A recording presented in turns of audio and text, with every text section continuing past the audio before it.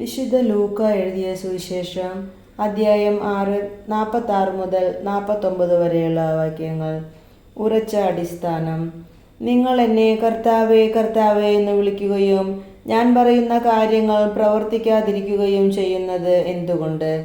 എൻ്റെ അടുത്ത് വന്ന് എൻ്റെ വചനം കേൾക്കുകയും അതനുസരിച്ച് പ്രവർത്തിക്കുകയും ചെയ്യുന്നവൻ ആർക്ക് സദൃശനാണെന്ന് ഞാൻ വ്യക്തമാക്കാം. ആഴത്തിൽ കുഴിച്ച് പാറമേൽ അടിസ്ഥാനമിട്ട് വീട് പണിത മനുഷ്യനോട് സദൃശനാണ് അവൻ. വെള്ളപ്പൊക്കമുണ്ടാവുകയും ഒഴുക്ക് അതിൻ്റെ മേൽ ആഞ്ഞടിക്കുകയും ചെയ്തു. എന്നാൽ ആ വീടിനെ ഇളക്കാൻ കഴിഞ്ഞില്ല.